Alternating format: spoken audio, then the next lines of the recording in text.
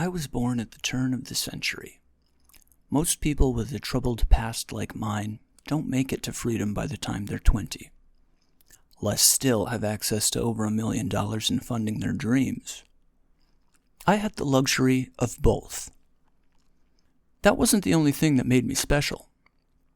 Between what happened when I was a kid and how I ended up where I am, none of it would have been possible if I wasn't born exceptional. It wasn't until I was 16 that I knew about the others. There was this girl on the news. She was protesting some animal rights shit. She insisted she could understand the animals, and that eating them was a huge mistake. The problem was, she'd starved herself to the point where, when they got her to the hospital, she was already too far gone to come back. It came up again a couple years later. There was this army kid. We were both 18. He insisted on enrolling. I didn't know him, but it was a big story. They wanted to send him to command school, become an officer or whatever, but he wanted to be on the front lines. Lucky fucker got his dream, and he was dead within a year of deployment. During that same time, there was this guy down in Texas who started blowing people up.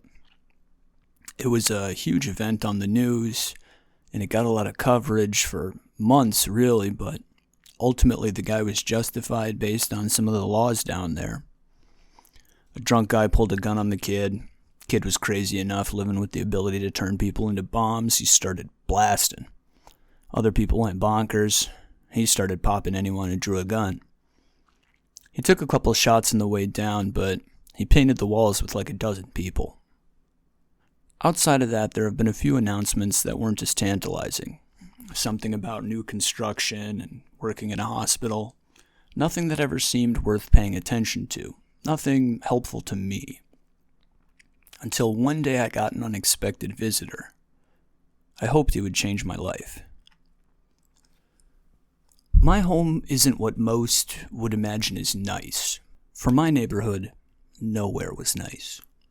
However, in my line of work, location trumps luxury. If anyone in my town knows anything, they know not to mess with Crutch on the block. I was reading on my couch. See, my memory isn't that great, so I've only read a few books. But I've read each of them several times. I kill intruders, I said to whomever was in my house. No response, but I could feel his heart beating through the floor. It's been in the paper, I said. There really wasn't much point in me getting up. Don't shoot, a voice said before emerging. He was a blonde guy. Couldn't be much older than I was, I figured. He had a walk to him, though, something off about it. I wasn't surprised that he was young like me. I was, however, surprised that he was wearing a plate carrier and had a sidearm on his hip. You really don't know who I am, huh? On the contrary, Mr. Eller, I know precisely who you are. He continued walking around the room. The gun isn't intended for you. It's issued by the U.S. government.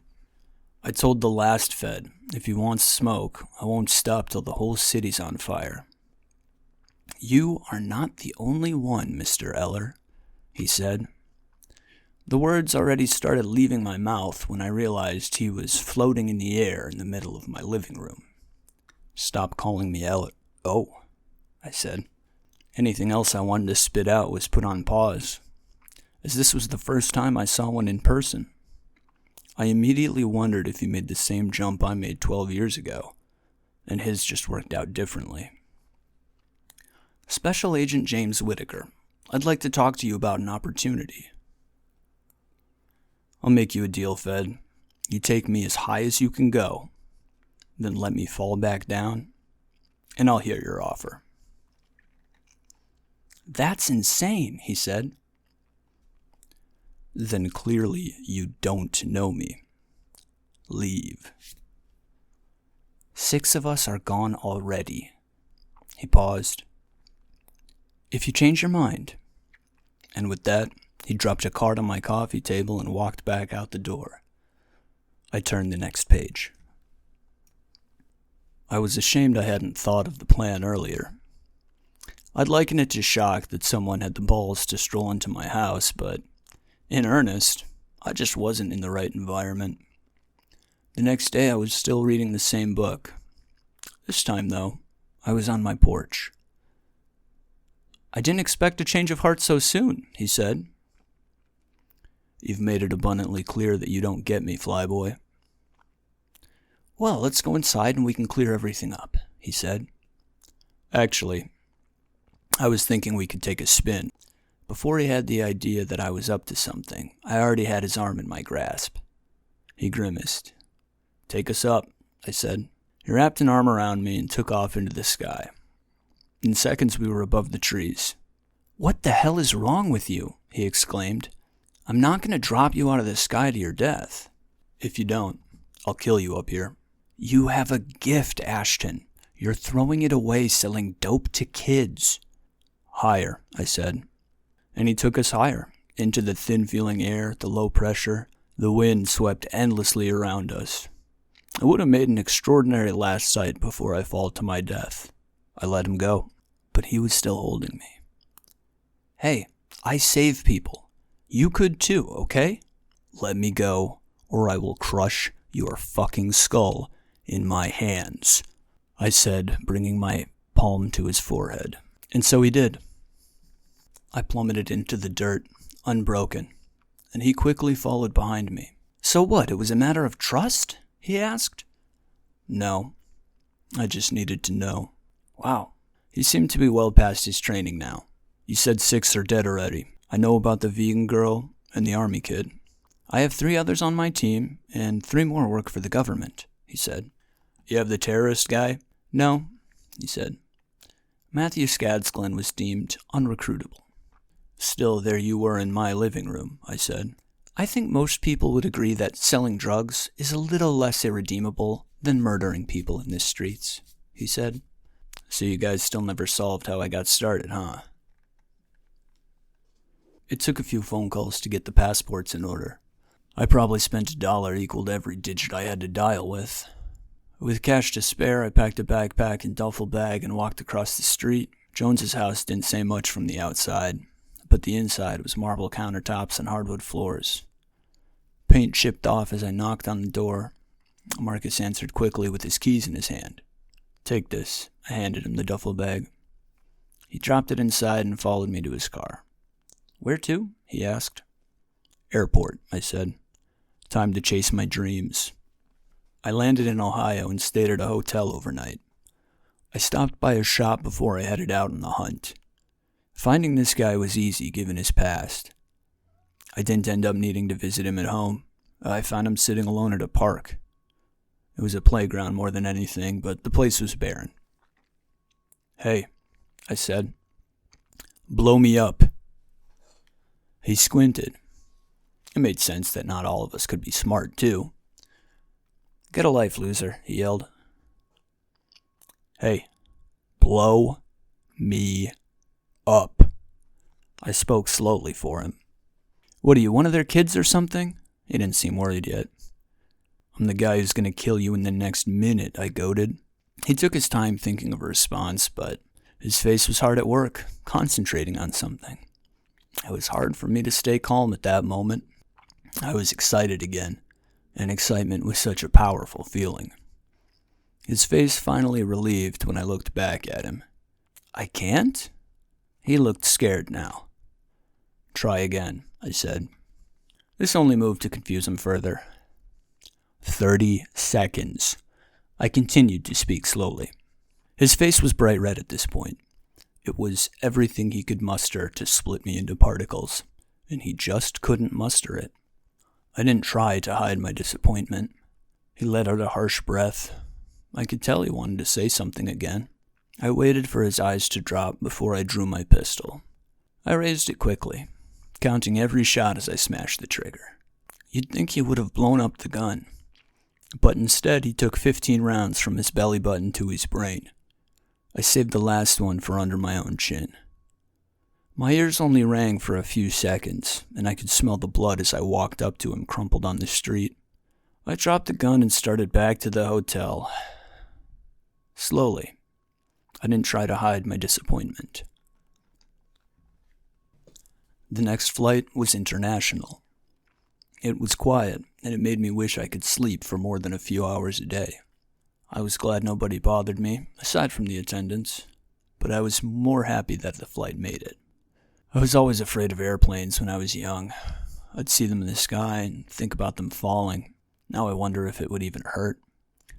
I realized when I got to Jack's flat the possibility that I was about to become a serial killer. That and how easy it would be. I buzzed his apartment and told him I was delivering food. Even though he hadn't ordered anything, he let me up in order to sort it out. "Hey, sorry, I didn't order," he said. "I know." I pushed past him. "I'm here to kill you."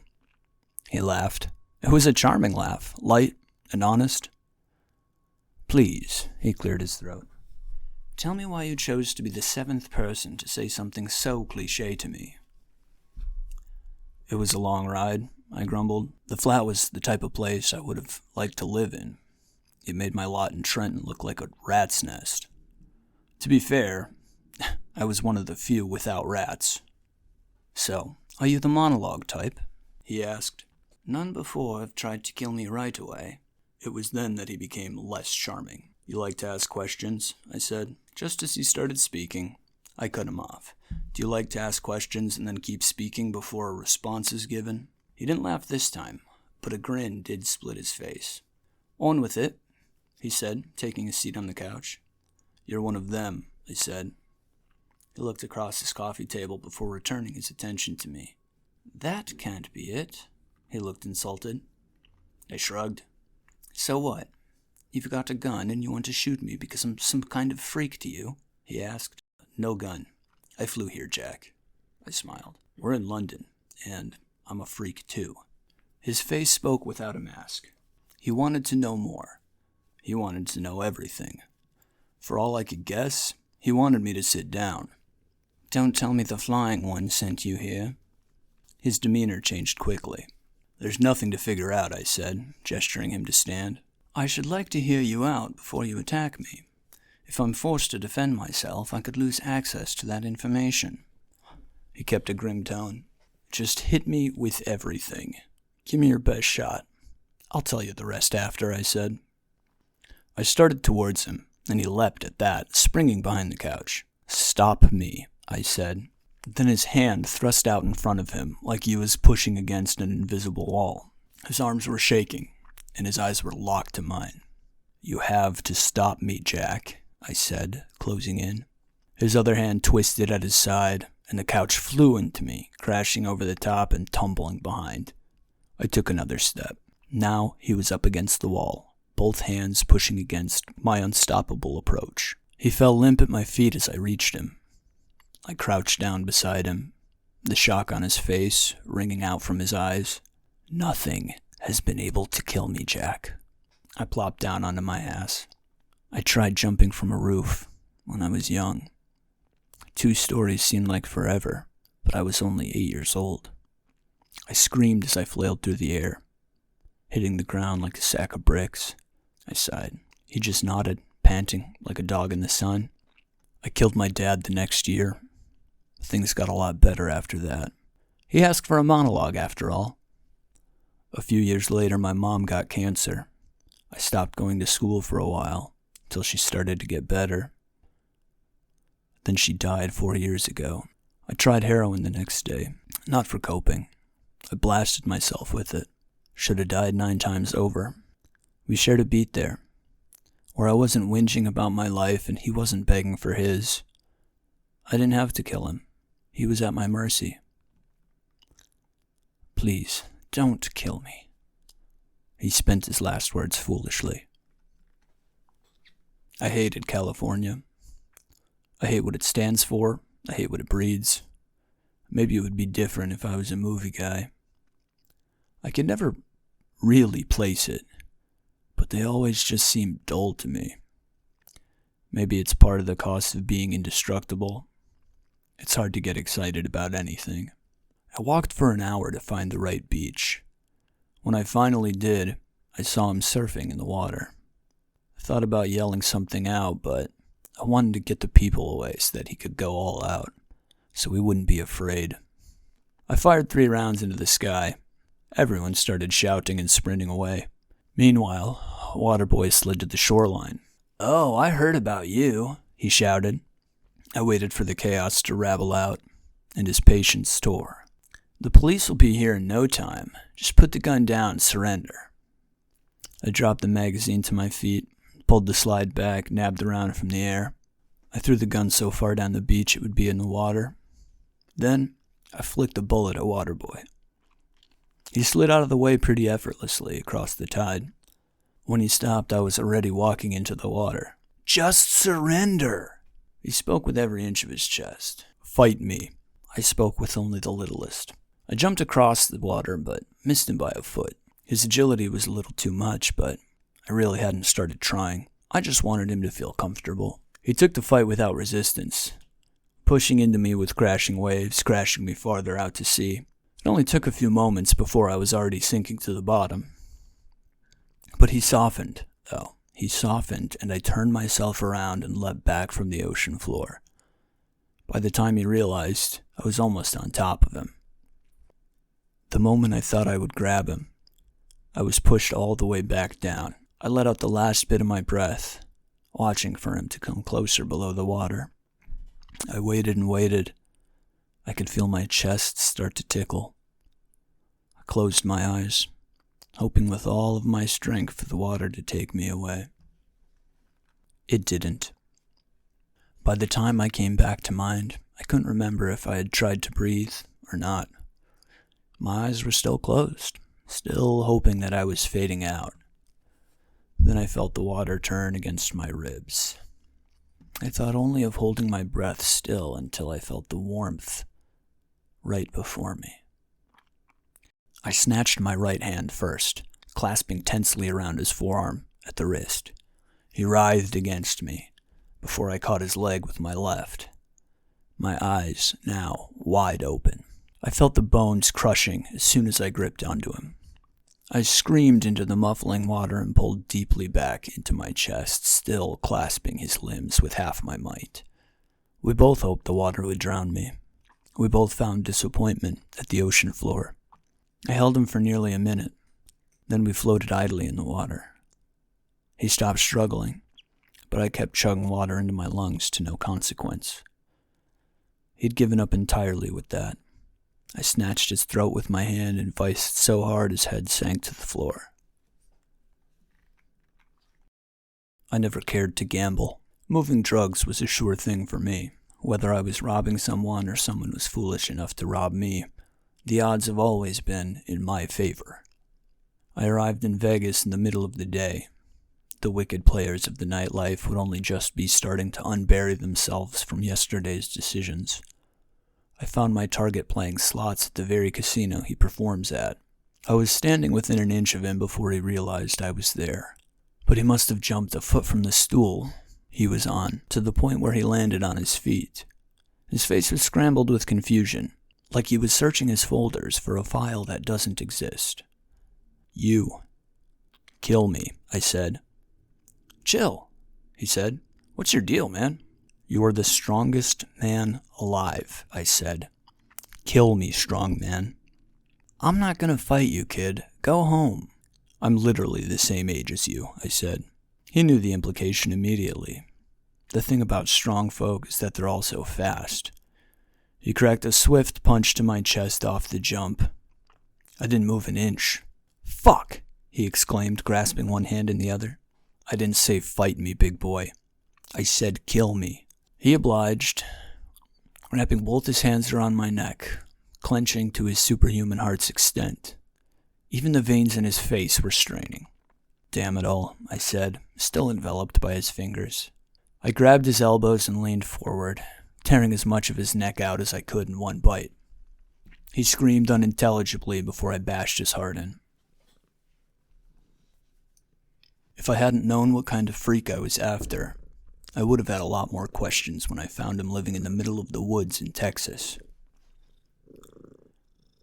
"Made a lot of noise coming out this way," a voice called from around me.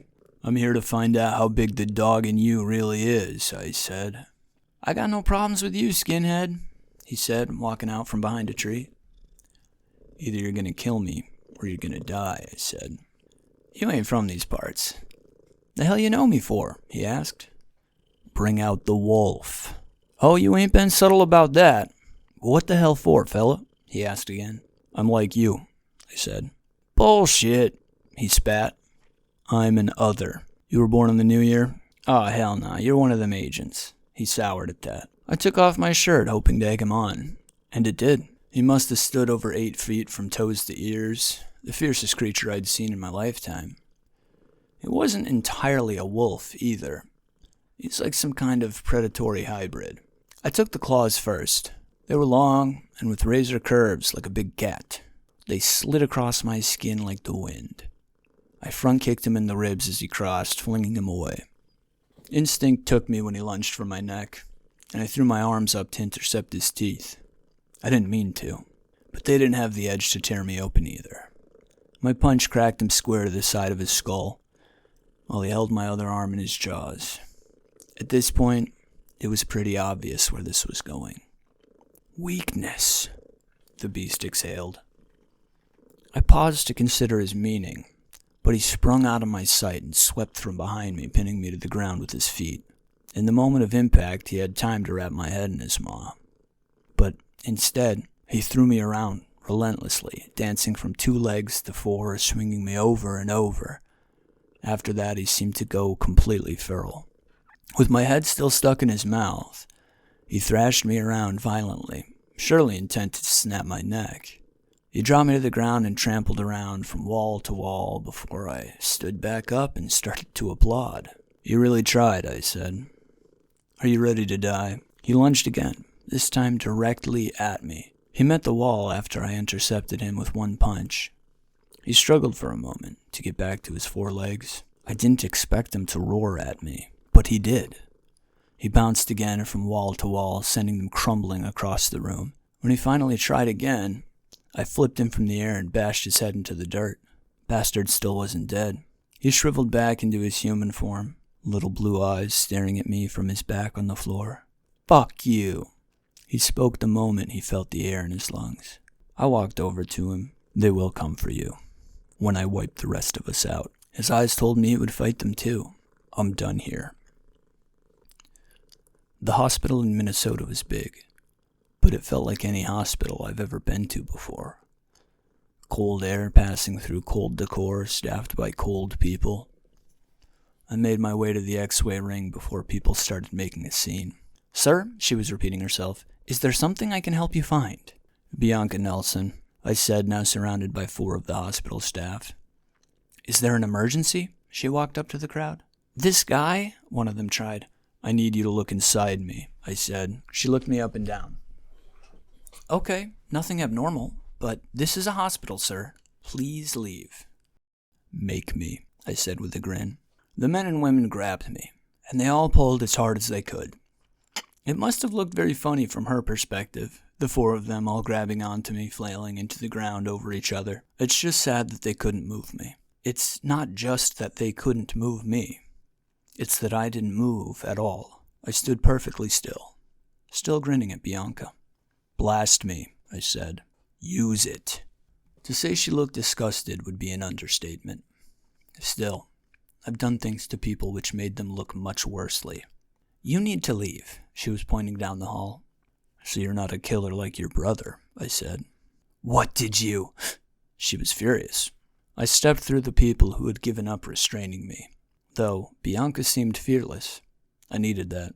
She didn't flinch. She didn't try to shoo me away. She stood and waited.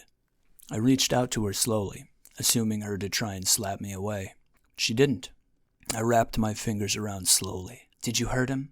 She asked. I started to squeeze. She kept my eyes. Why? She strained. I kept squeezing, slowly. If she was trying to hurt me with her eyes, it wasn't working. She was running out of time. Stop me, I said.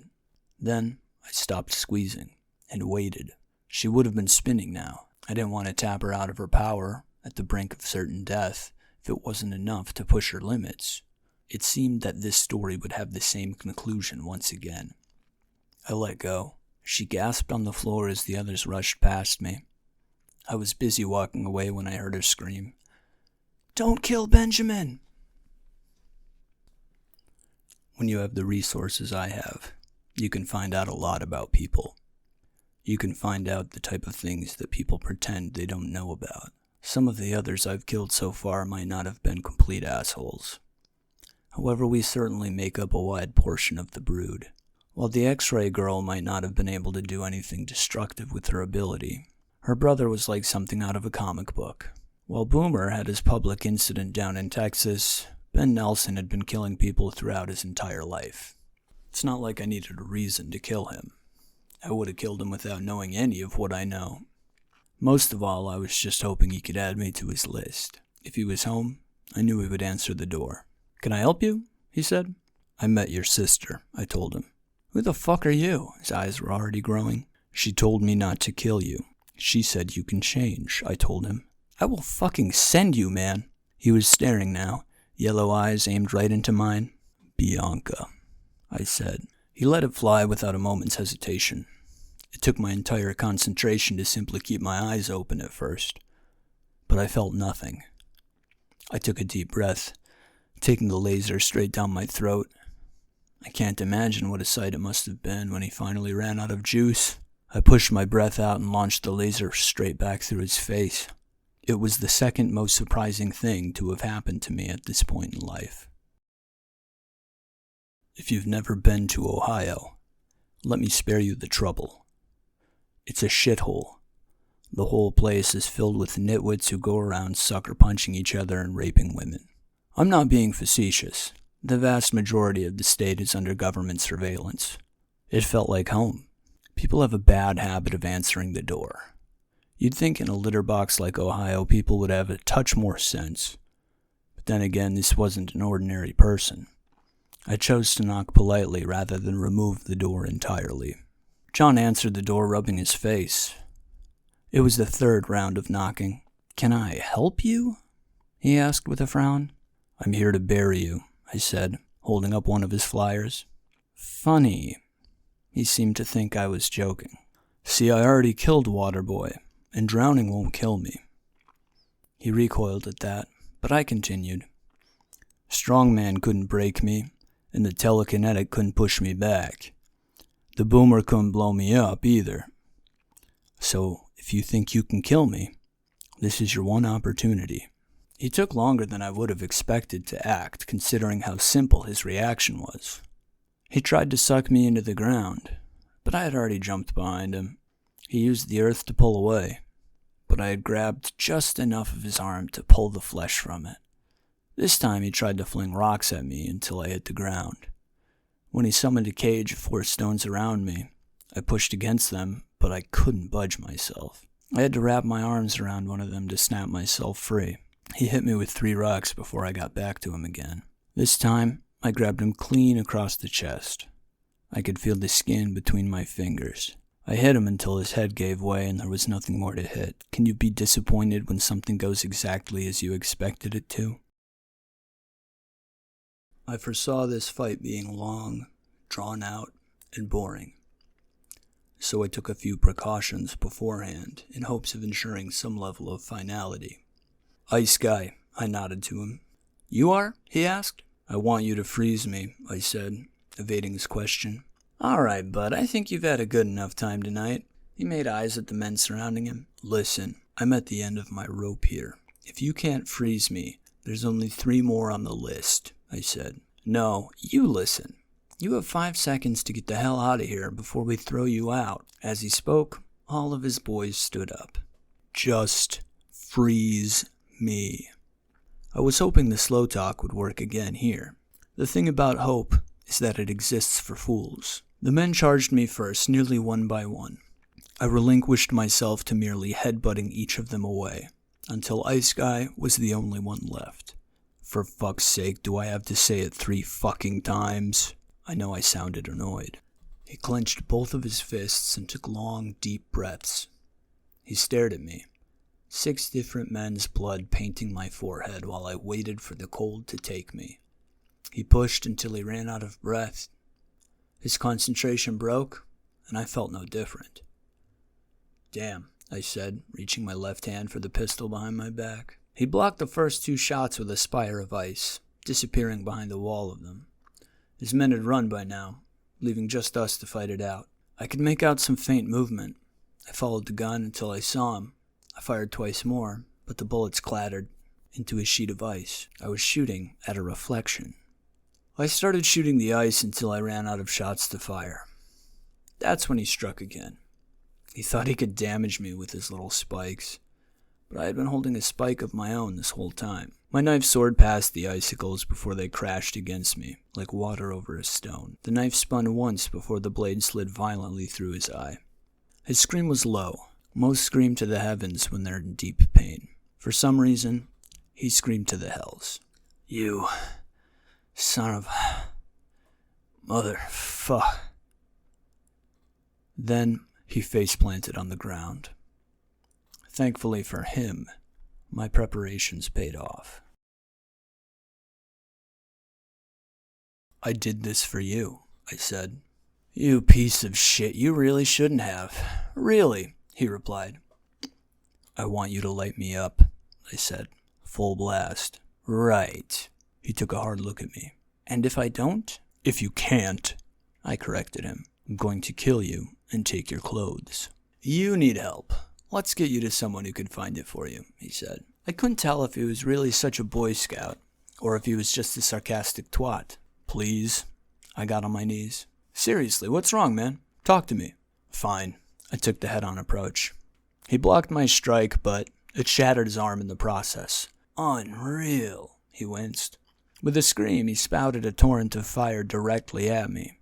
It ran from orange into a sharp blue with a white-hot center that cascaded across my chest.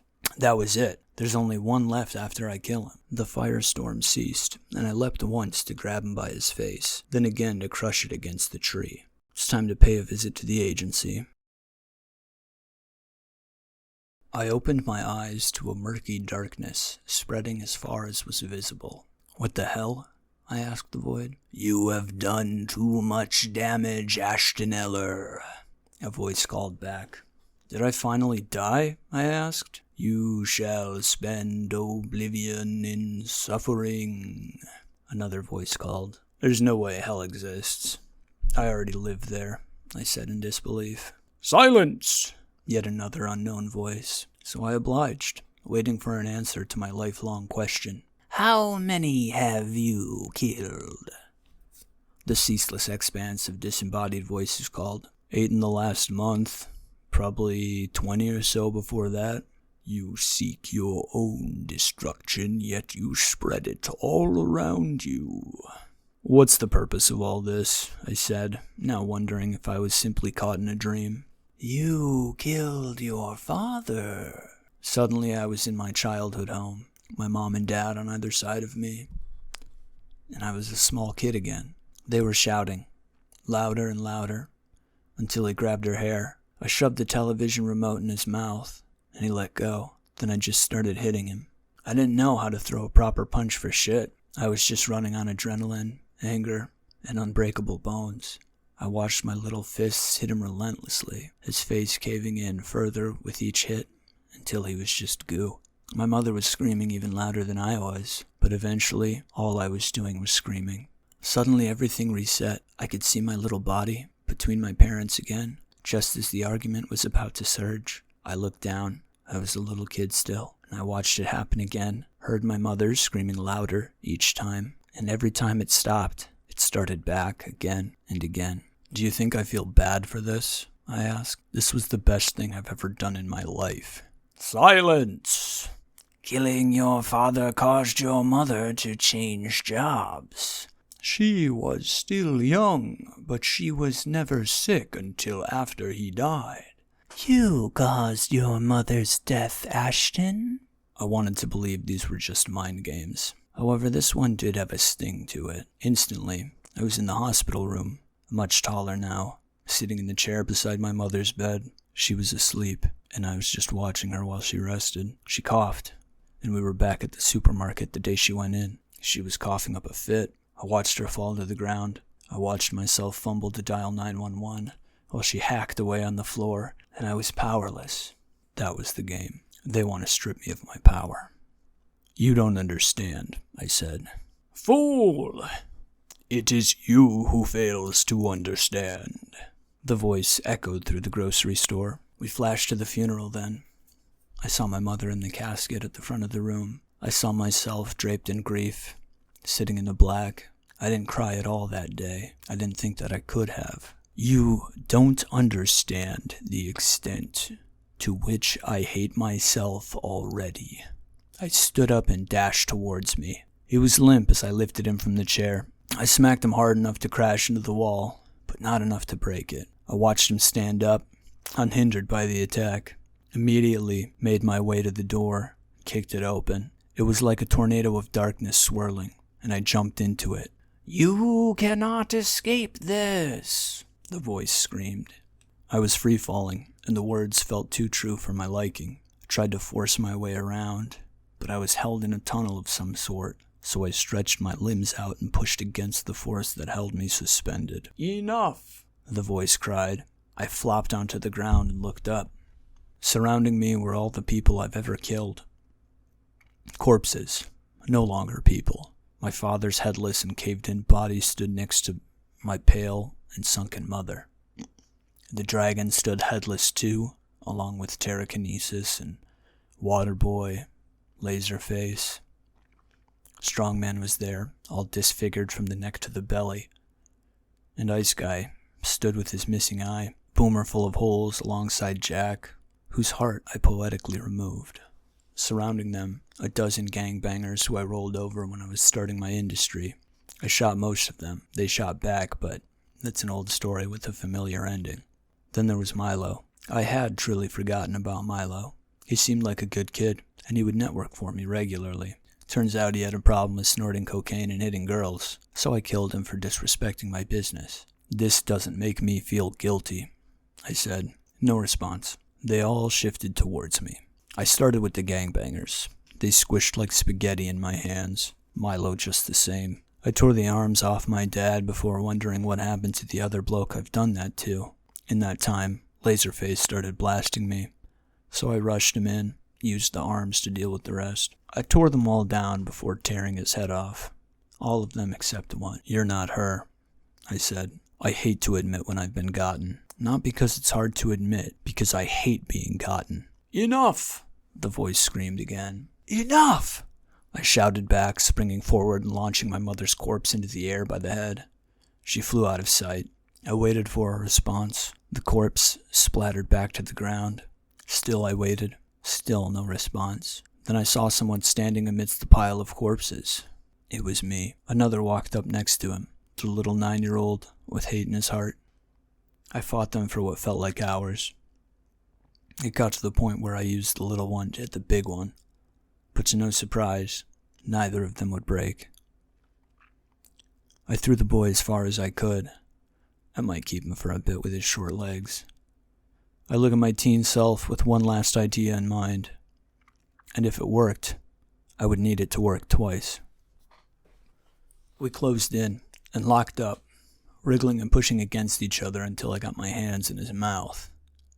I wrenched as hard as I could and got the other one in there. It was now or never. I tore him apart from the jaw down, but its guts didn't spill out like the corpses had. Instead, it burned like acid and reeked like sour dick. When the little one got back, I had already spread the thing's strange insides around me on the ground. His mouth would be too small for the same attack. I stubbed my knee when I was very young. It's the only scar I have. When I jumped from the roof, it knocked the wind out of me. All it took was clasping my hands around his neck and squeezing as he squirmed. Is there anything else? I asked. How do you kill that which is already dead? The voice asked. Fuck. I didn't know the answer. And at this point, I wasn't so confident that it was trying to take my power. In a flash, I was back at home. I was sitting across from myself the day I tried to overdose. I knew a needle wouldn't work, so I just devoured it. I used water to choke it down. and this was just moments before. I stared at me, staring back at the wall behind me.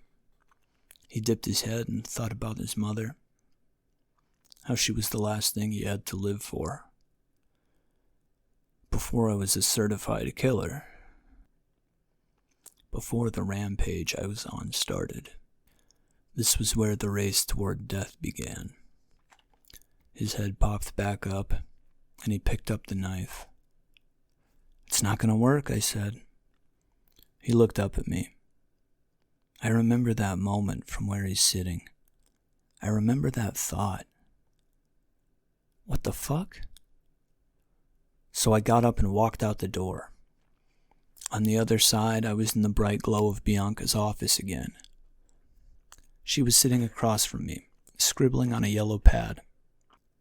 Her outfit was different. When I met her, she was in a lab coat. Now she was in a skirt and blouse. "Okay, sorry." She looked up at me and smiled. "Where should we go for dinner?" I checked my sides and looked back at her, expecting to be missing something. She just laughed. "Fine, I'll choose." She got up and stood next to me with her hand out. "Let's go." We walked out of the hospital into the street. It was bright outside. The air smelled fresh. Bianca smiled at me and pulled me down the sidewalk among the people. "This isn't a memory." "Hey," I called to her. She turned around and gave me a curious look. "What's wrong?" I choked. I still can't explain it. I know exactly what I wanted to say. "I killed your brother." She had walked back to me and was staring as I came back too. "I know you don't like the city," she said, "but we can take a vacation in June." I didn't even know what day it was. Fuck. I tried to push out words, now, anything at all, but nothing would emerge. Bianca looked concerned, so I smiled the most awkward smile of my life. "Ash," she got extremely close, "we get to spend every night together until the agency needs you again. After everything that happened," she put her head against my chest. "I'm sorry." It was all I could say. She just held me. People passing by, cars buzzing across the road, wind blustering around the skyscraper walls. "Help me," she whispered. I hugged her tighter, trying with every breath to ask for more. My lips wouldn't move. I racked my brain for ideas, even without a clue where we were. Then it hit me again. This isn't real. What about her? She's just a part of it. How do I know? What in the goddamn is going on? I tried to lift my legs and run. I had no idea if I could leave the ground. We sailed through the mobs of people along the streets. I carried Bianca until we escaped the swells of captivity. I let her go and tried to speak again, to say anything. She stayed close, but I couldn't say a word. To my surprise, she started slamming her fists into my chest. If she had hit any harder, she would have broken something. She batted against me until her arms fell and she slunked back into mine. I had been clawing my mind for a plan this entire time. Finally, she looked up at me, and in the tears streaming down her, I saw an idea. But still, I couldn't speak. I slapped my hand over my mouth 3 times before she noticed, understanding. I pointed at her, then to her eyes, gesturing a circle around us, and the spark ran across her face. She peered out into the city walls surrounding us, the shops, apartment buildings, blocking the skies from our sight. She tugged at my shirt and pointed. I smiled at her, this time with honesty. She wrapped her arms around me and I launched us into the air. We went for miles before we got back to the gateway. It was a literal door, to which I decided the simplest way through was the dropkick. I felt the glass shattering across my face as I burst through the gateway and found myself in a massive laboratory room. It didn't feel any more or less real than everything that just happened, but it felt real when I saw Bianca trapped behind the glass of a pod just like the one I emerged from.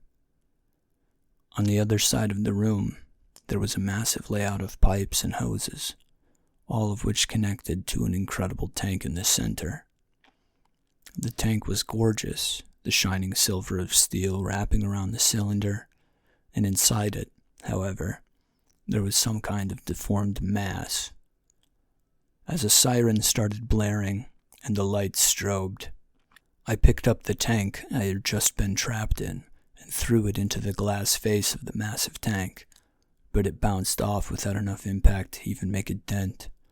"Stop it, Ashton." "It is not too late to join us." The voices, purely that of a computer, surely vocalizing the thought of the mass. "You must be one too," I said as I leapt to his tank. Then I could hear it. Bianca pounding on the glass as I was punching through the tank, hit after hit after hit. When the glass gave out, I dug my hand into the fleshy sack and tore its insides out. When I turned around, that's when the bullets started. I don't know what idiot's idea it was to send an assault team with rifles after me. Maybe it was all they had on hand. I walked through the onslaught of lead, plenty of them smashing into me and zipping away. I killed 4 of them before the rest started running, and once they cleared out, I grabbed the edge of Bianca's pod door and sent it across the room. "Are you a part of this?" I asked her. I heard the bones snap as she slapped me across the face. Neither of us said anything more, but she followed me as I tried to find a way out. Eventually we got to an elevator, and it brought us all the way up without interference. Nobody was around as we made our way to the door outside. It smelled like blood as we passed through. The courtyard was covered in corpses. Bianca grasped onto me. "Werewolf." I smiled. "No way you tried to save me, wolf boy," I yelled. He leapt from behind the wall and bounded to us, then shifted back. "Oh!" Bianca buried her head in my chest. "Here." I tossed him my jacket to cover up with. "And who the hell are you?" He poked Bianca's shoulder. "What did I just get myself into?" He barked at me. "I've killed 9. 7 already dead. You, me, and Flyboy, that makes 19, I said. Bianca pushed away from me and screamed into the air. I kept my eyes on the Wolfman. Word is there's 20 of us. You. My words dripped with contempt. "All you had to do was join us," Whitaker yelled. "All you had to do was say yes." "Go." I smiled mildly at Bianca as she climbed atop Wolfboy's back. "All you had to do was kill me," I shouted back. "What now, Flyboy?" He rose into the air. "There's only one left." The ground quaked, first softly, then violently, as did the rain first sprinkle, then downpour. As the ground began tearing apart from beneath, something emerged. It looked more human than beast, though it was easily as tall as the Wolfman was. The rain was hitting the ground like a drum line as it pushed its way to its feet. Suddenly, lightning cracked and thunder boomed around us. "So this is it," I said, realizing no one would hear me. The beast roared a wave of fire across me before it began lashing out, throwing debris around like an ape on a tantrum. Then the lightning struck me. It's hard to describe. It certainly felt like something.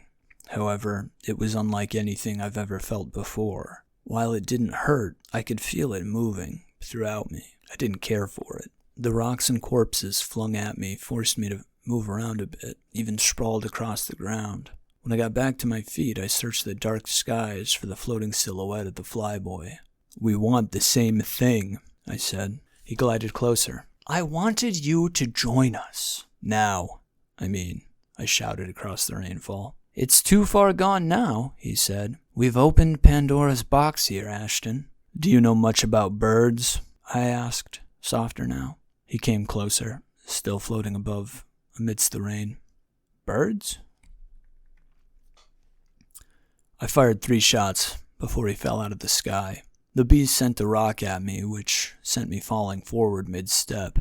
The ground shook as the beast strode toward. I scrambled to get my base beneath me on the fractured earth. The thing caught me at the end of my jump, with both my arms caught in his, but not before my boot met with the dying man bleeding out on the ground. Do it! I yelled as the beast raised me into the air above him and yanked my arms from my body as hard as its freak strength would let it. Do it, you worthless piece of trash! End it! End it, you fucking scumbag! Come on! Finish it, you sack of good-for-nothing waste of life! Just fucking die already! I wrenched my arms back to me and turned to face the bastard. Still aloft in the air, I grabbed his jaws and tore him apart where he stood. The rain died out. That makes 10. Hey, so I just finished editing this, and wow, that was a ton of work. I'm so proud of this, even though it's just a draft of a story that I made in 2020 about 20 special people, and I never planned to really revisit it or rewrite it, and now maybe I will. But either way, if you guys actually made it here, if someone is actually hearing this at the end of the story, please, please, please leave me feedback, any feedback. The more, the better, and not because of engagement or anything like that, but because it's just so crazy to share something like this, and it took so much effort and time, and I'm really fucking proud of it, so it would just be awesome to hear from someone, and for someone to sit for basically an hour listening to some bullshit out of my brain, especially this is a dark story. Oh man, it would just feel so cool. I guess we could do a cool word. No, that's just stupid though. I don't like that. Just tell me what you thought. Holy crap, dude, what a tremendous endeavor to sit for 40 minutes and listen to some random stranger's voice, speaking as a different person who doesn't exist in a world that is highly fictitious, and it's just so cool. I love writing. I wish I did more of it. I want to make a novel someday, not for publishing even, just to be expressed, to be proud of. I have this awesome story in my head, but getting it out is always way harder. At this point I'm rambling. I just really, I'm just thinking about the potential of a person getting to this message at the end of this story. And I bet you have questions, and I know it's it wasn't a great, I can't, everyone's their own worst critic and everything. But like I said, I am proud of this, and it feels really weird and vulnerable to be putting it out there, but it also feels really cool and really empowering. Most of my videos get, we'll call it 5 views. So even if that's the case for this, dude, if 5 people make it through my short story, holy fuck, that would just be insane to me. That would just validate the hell out of me, is I guess what I'm trying to say. So if you do, please give me that validation. And I'm absolutely open to negative feedback. I give myself mostly negative feedback, but we're working on that. Separate issue. Yeah, I hope you guys liked my autobiography. I'm so thankful that you got this far, and thank you. Wow. Jeez, I'm so glad I'm done editing this. It was great. I take these long pauses when I do VO, and when I'm reading like that, oh man, the pauses can be insane. Just thank you, dude. Holy shit. This is so cool. I did it. I fucking did it. I did it. It's about to go. Oh. Believe in yourself.